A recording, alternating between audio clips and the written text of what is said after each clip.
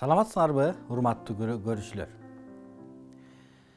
Сиздер менен жамандыкты жакшылык менен жең деген темада сүйлөшөбүз.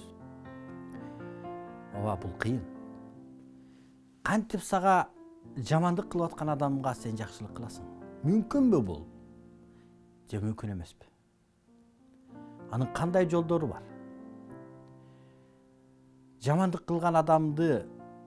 Жамандык кылган адамга жакшылык кыла берсең, ал түшүнбөйт, ал сенин мойнуңа минип алат деген түшүнүктөр болушу мүмкүн. Элибизде сөз бар. Таш менен урганды аш менен ур деген сөз бар. Бирок иш жүзүндө чын деле жамандыкты кантип жакшылык менен жеңсе болот? Бул үчүн эмне керек? Эмне кылуу керек? Биз сиздер менен ушул темада кеп кылабыз. Сиздердин көңүл буруп, жамандыкты жакшылык менен жеңүүгө чакырам.